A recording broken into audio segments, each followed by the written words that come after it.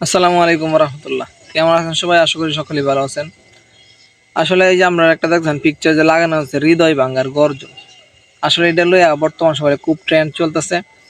তরস of Billal ভাই উনি এই বইটা রচয়িতা বা বইটা বেচতেছে, আবিষ্কার করছে, কিন্তু বড় বড় কন্টেন্ট ক্রিয়েটাররাও ওনাকে মানে বলতেছে বইটার আসলে দাম বেশি হয়ে গেছে, এই জন্য তাকে মানে ট্রল করতেছে।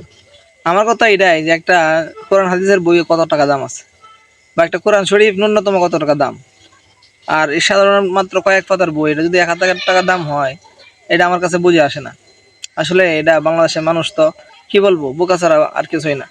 তারাও খুব সুন্দর করে এই বইটা কিনতেছে, আবার বলা হয়েছে এরকম যে এই বইটা কি 1,000 টাকা থেকে আরো বাড়তেও পারে, 1500 টাকাও হইতে পারে।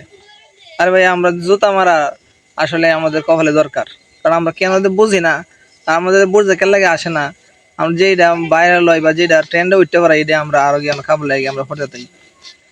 যাই হোক ভাই, এটা আমরা বোঝার মধ্যে কিছু সমস্যা আছে, এই জন্য কথা কিছু বললাম।